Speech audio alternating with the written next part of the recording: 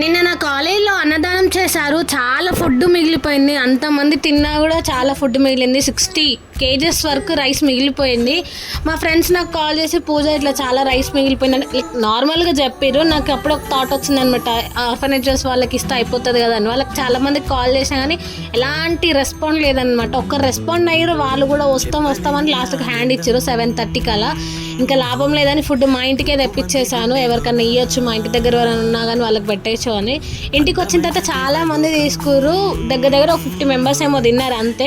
తర్వాతకి ఇంకా tank bund తీసుకొని వెళ్ళినాం. అక్కడనైతే చాలా మంది వచ్చారు. ఇంతమంది ఆకలితో ఉన్నారా అనిపించారు. ఎవరు ఏం ఆలోచించకుండా వచ్చి ఆరామ్సే తినేసి వెళ్ళిపోయారు.